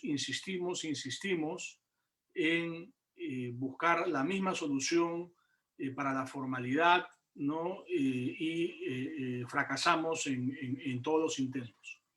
La estructura tributaria del Perú está cargada de los impuestos indirectos, porque nuestras instituciones son débiles. La SUNAT se concentra en sacarle plata a los que tienen a la mano, los formales, obviamente, ¿no? Y se les pasean informales que, como bien dice Farid, no necesariamente son pobres, ¿no? Informales que también tienen dinero. De manera tal que yo creo que para el tema laboral, lo más práctico es recoger estas propuestas que no son originales nuestras, pero que las hemos retomado sobre el gobierno, que es afectar puntos del IGB a cuentas individuales para financiar tanto las cuentas individuales de pensiones como las cotizaciones al seguro de salud. El IGB es el impuesto más importante y va a seguirlo siendo, ¿no? No pensemos que con la SUNAFIL yendo a visitar a las empresas se lo va a formalizar, no. La formalización va a venir por esta lógica que tenemos que interiorizar con una digitalización total. Todos los peruanos con cuenta corriente, todos los peruanos que tienen todos prácticamente un teléfono inteligente, se puede subsidiar el aplicativo correspondiente y lograr que esta nueva lógica pueda al final del día también reducir la necesidad de cargas laborales directas en las empresas y equiparar el costo de ser formal e informal. Ahora, por otro lado, el Estado, bien se ha dicho, no ha hecho nada por promover la economía, por promover a los sectores más importantes, por promover el emprendimiento. Hay una lógica de traba burocrática en los municipios, en las regiones, una indolencia absoluta.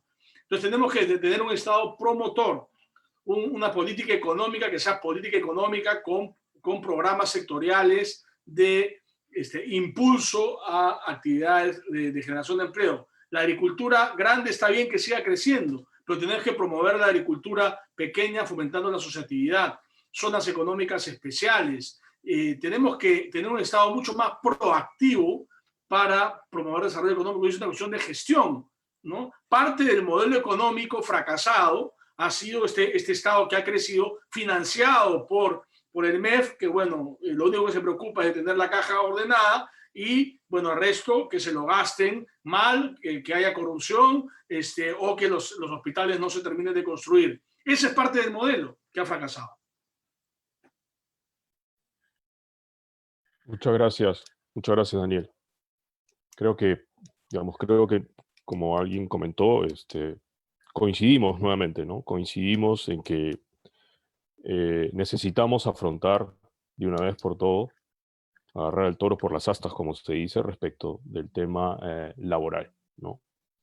Y cómo luchamos contra la ilegalidad que existe en el mundo laboral y cómo hacemos para que más empresas informales pasen a ser formales. Ese es un trabajo sin duda complicado, complejo, no es fácil, pero creo que ya es tiempo de atacarlo, ¿no? De afrontarlo, que es lamentablemente lo que no se ha hecho en todo este tiempo, ¿no? En todo este tiempo se ha dejado estar y no afrontamos porque ciertamente es un tema que genera un riesgo político importante. Pero creo que ya no estamos para eso, ¿no? Necesitamos generar empleo y para generar empleo es necesario crear las condiciones para que sea fácil acceder al empleo y, repito, para que los trabajadores puedan tener un trabajo digno. La quinta y última pregunta también tiene que ver con el tema laboral. Es una pregunta mucho más concreta. Se dice que los regímenes especiales, como el régimen de las MIPES o el régimen de los exportadores no tradicionales, o en su momento el régimen agrario que acaba de ser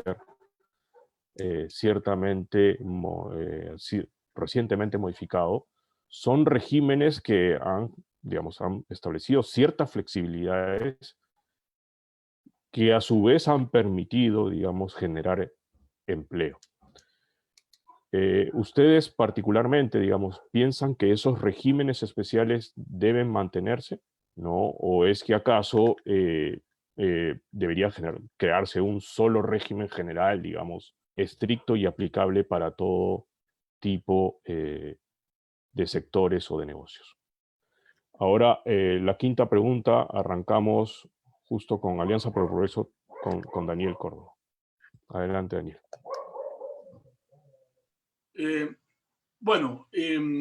Yo creo que los regímenes deben tender a unificarse, ¿no? Sin lugar a dudas, el régimen PYME ha ayudado en la lógica esta de insistir en las cotizaciones directas, en los impuestos directos, en la SUNAFIL y en todas estas intentos del Estado para formalizar a la fuerza al sector, informal, ¿no? Yo creo que la mejor manera, como digo, es tratar de reducir las cargas laborales a través de las cotizaciones indirectas y tener una política de promoción activa. Se ha hablado del comercio, por ejemplo, los mercados, ¿no? Los mercados que están a cargo del Ministerio de la Producción, ¿no? No hay una política para ellos, no hay una política proactiva para ellos. Se podría perfectamente privatizar la mayor parte de ellos para, obviamente, que sean propiedad de los propios comerciantes, ¿no? Han demostrado un empuje, ¿no? Pero en lugar de promoverlos, en lugar de facilitarles las cosas, lo que hacen los municipios, y me lo han dicho cuando he hecho campaña el año pasado y cuando he caminado por los mercados, ¿no? Las quejas son las mismas, ¿no? Que los requisitos de INDECI, que los requisitos de aquí y de allá, que son totalmente injustificados para este tipo de empresarios. Yo, más que en regímenes tributarios diferenciados, yo soy más un creyente del subsidio directo y de la promoción, activando instituciones como COFIDE, que ha estado prácticamente desactivada, ¿no? Haciendo que el Banco de la Nación cumpla un papel. Nosotros promovemos que el Banco de la Nación cumpla un papel como el Banco del Estado de Chile, que tiene el 15% de la cartera de créditos colocada y no hay ningún problema, ¿no? Lo de las tasas de interés yo creo que tiene que fomentarse a la baja con una presencia más activa del Banco de la Nación para que bajen así con vía la competencia las tasas de interés. Y también la superintendencia tiene que soltar un poco las cadenas. Yo, hablando con la Asociación de Bancos, el ratio deuda, crédito, capital es del 10% en el Perú. En Europa es menos de la mitad. O sea, ya tenemos la suficiente estabilidad acumulada, se puede hablar así, como para soltar un poquito la liquidez y que dejemos esta situación de represión financiera que afecta sobre todo, evidentemente, a los más pequeños, cuya utilidad se la quedan los bancos. Gracias. Muchas gracias, Daniel. Es el turno de Hernando, de Fuerza Popular. Hernando Guerra García, por favor. Bien. Los regímenes especiales, laborales, tributarios, han tenido ciertamente un éxito, y la pregunta que nos podemos hacer en los casos, por ejemplo, como el régimen agrario, es ¿qué se puede imitar de ahí? Cuando en realidad la mirada política ha sido ¿por qué no nos bajamos a ese régimen? ¿Por qué no estamos contra este régimen cuando ha dado crecimiento?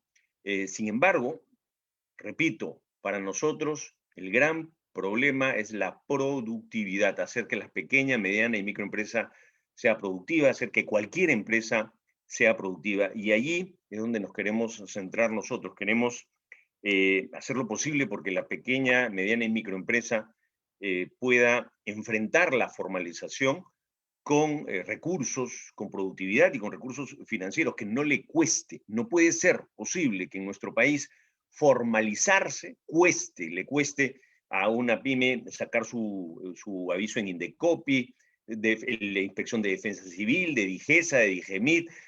Los municipios son los peores enemigos del emprendimiento en nuestro país. Esto actúa como una carga, es como si quisiéramos iniciarnos en algo y nos pusieran un peso encima. Entonces ahí hay que concentrarnos. Nosotros proponemos que sea una política de Estado el enfrentar la formalización, ponerlo como política de Estado. Por eso estamos proponiendo la Comisión Nacional de Formalización en nuestro país por un plazo de 3 años, para que enfrente legislaciones, para que enfrente normas, para que limpie procesos, para que convoque a la empresa privada, para que saque a trabajar a SUNAFIL, a SUNAT, a formalizar, como se ha dicho, porque está ahí al frente. Los negocios están en las calles, he dicho siempre, y ahí está también la informalidad. Pero hay que enfrentarla sin un esquema de persecución, que es un esquema que ha fracasado. Daniel lo dijo y estoy completamente de acuerdo con él. No podemos seguir enfrentando el problema de la misma manera. Junto con esto, nosotros apostamos además a que en nuestro país la gente que desee emprender, que desee avanzar por su propia cuenta, por lo menos que no se les ponga obstáculos. Yo creo que los empresarios que nos están escuchando acá, no es que pidamos regímenes especiales, que pidamos reducciones, no, por lo menos no nos pongan trabas, frondosas trabas que hoy día nos impiden ser competitivos y sobre todo ser productivos. Necesitamos un Estado que nos ayude en mejorar y en ser productivos. La competitividad la haremos nosotros. Muchas gracias, Armando. Es el turno de Jorge Chávez, Victoria Nacional.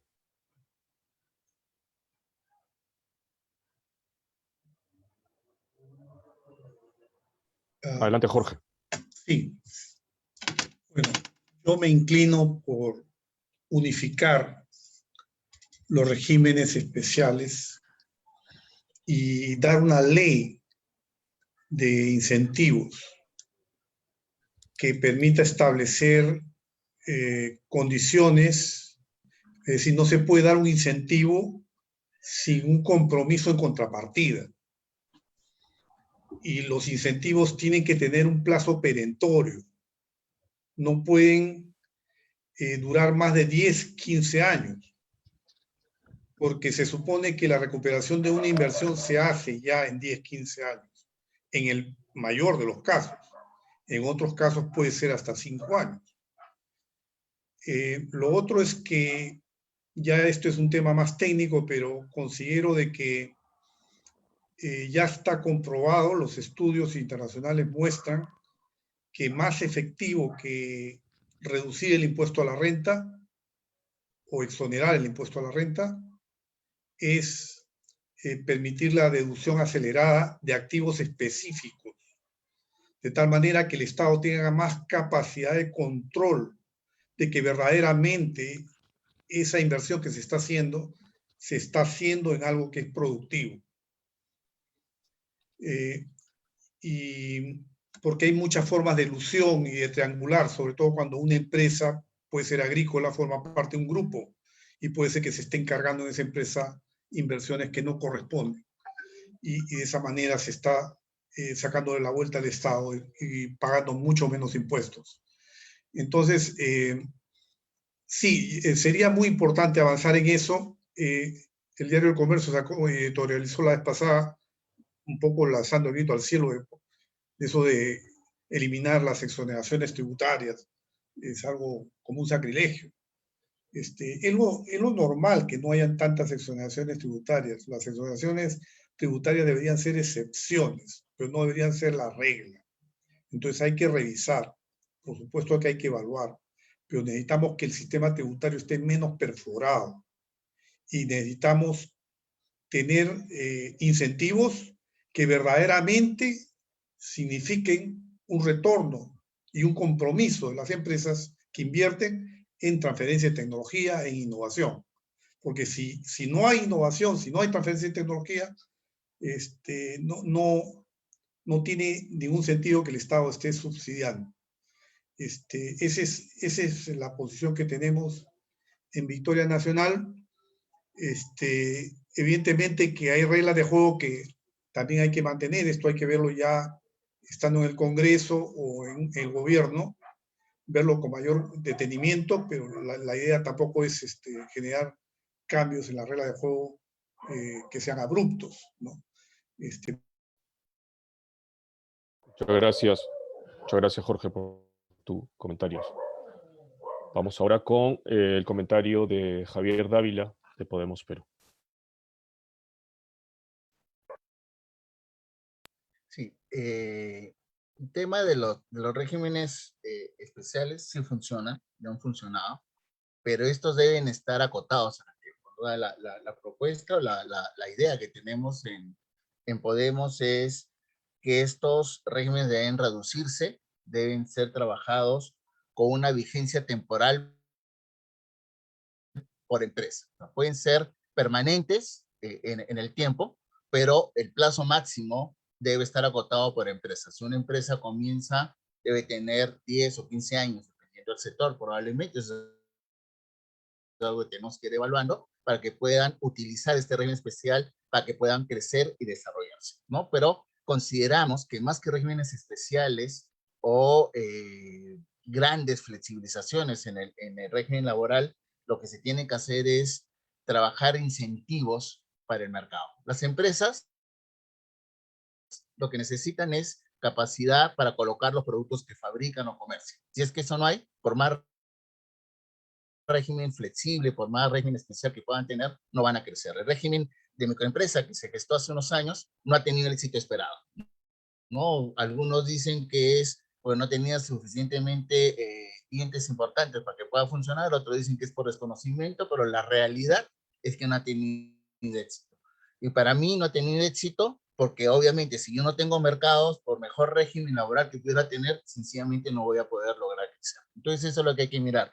Y en ese sentido, desde Podemos estamos impulsando este concepto de IGB para todos, ¿no? Que está en el plan de gobierno claramente desarrollado, de tal manera que parte de las compras que hagan las personas puedan utilizarlo para diferentes fines, ¿no? Para fines de pago de sus impuestos, para fines de los impuestos prediales, para fines previsionales o para adquirir microseguros, y con eso dinamizaría su mercado y no estarían ellos las personas con menores ingresos tan desatendidos como se ha visto en la pandemia.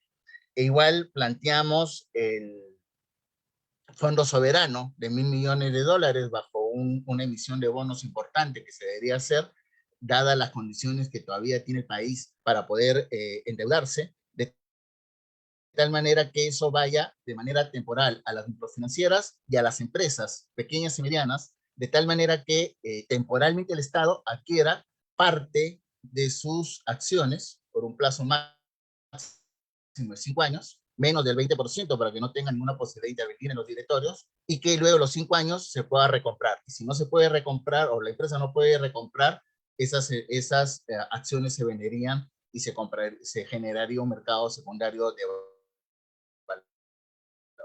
De tal manera a las empresas se le daría un capital de trabajo importante para poder crecer nuevamente, que esos son otros elementos que limitan en estos momentos su crecimiento. Muchas gracias, Javier.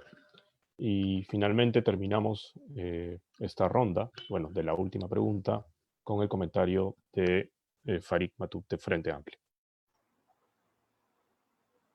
Sí. Respecto a los regímenes especiales, creo que tenemos un primer problema en el Estado mismo, que son los regímenes especiales que hay dentro del Estado. O sea, hay los paraísos salariales dentro del Estado y hay los lugares más infames con precarización del empleo a todo vapor. El MIDIS es el caso más extremo, donde menos del 1% son funcionarios nombrados. Entonces, ahí tenemos un problema de regímenes especiales, no solo en el sector privado. El sector público tiene que ordenarse. En el sector privado también tenemos un conjunto de regímenes especiales que creemos que es necesario bajo determinadas circunstancias. Por ejemplo, programáticamente el Frente Amplio está en la defensa del medio ambiente. Creemos que deben haber subsidios directos a las personas, en impuestos a las empresas que protejan el medio ambiente, que sustituyan, por ejemplo, energía renovable en lugar de energía fósil. Creemos que se puede aplicar. Pero esto no puede implicar que desbanquemos a esa salud con una contribución menor a trabajadores que tienen más riesgo. O no puede ser que el trabajo remunerado de un trabajador en energías renovables tenga un mínimo distinto al resto de la economía. Entonces, una cosa es tener un régimen especial para actividades económicas que se consideran prioritarias para el Estado. En el caso concreto del Frente Amplio, es el tema de protección del medio ambiente, en un caso específico, energías renovables. Se le puede exonerar de los impuestos que pueden haber. Pero lo que no puede ocurrir es que estos regímenes especiales perjudiquen a los trabajadores o perjudiquen indirectamente a entidades que atienden a los trabajadores, como es el caso de salud, en donde ha habido un perjuicio claro. Salud lo he explicado miles de veces. Entonces, para concluir, y en general, yo creo que le agradezco la invitación a las instituciones, y si diesen la oportunidad de presentar un evento por escrito, un PowerPoint de no más de 10 láminas, para la otra semana, creo que sería de gran ayuda para que ustedes lo distribuyan a través de sus propios afiliados. Gracias por la invitación. Gracias a ti, Farid. De acuerdo. Nada, creo que, bueno, terminamos con la última pregunta. Yo quisiera darles a todos ustedes, a Javier, a Jorge, a Hernando, a Farid y a Daniel, agradecerles su participación. Muchas gracias por sus respuestas, por sus comentarios, ¿no? Hay respuestas muy concretas, muy claras. Y nada, también agradecerle el esfuerzo que supone participar en una contienda electoral. Ciertamente es un gran esfuerzo, hay que dejar a la familia, a veces también el trabajo.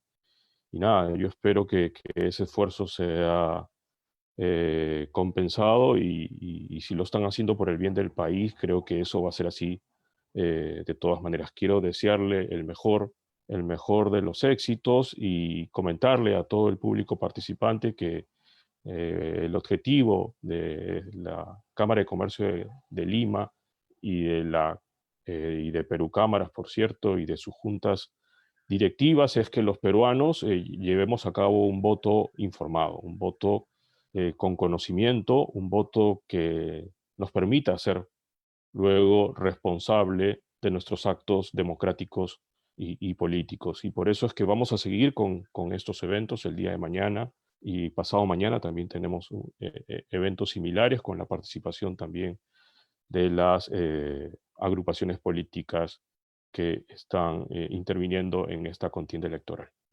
Finalmente, yo quisiera pasarle la palabra a Carlos Durán, quien es presidente de Perú Cámaras, para que cierre este evento. Y nuevamente, muchísimas gracias a todos ustedes por su participación. Adelante, Carlos, por favor. Muchas gracias, Leo.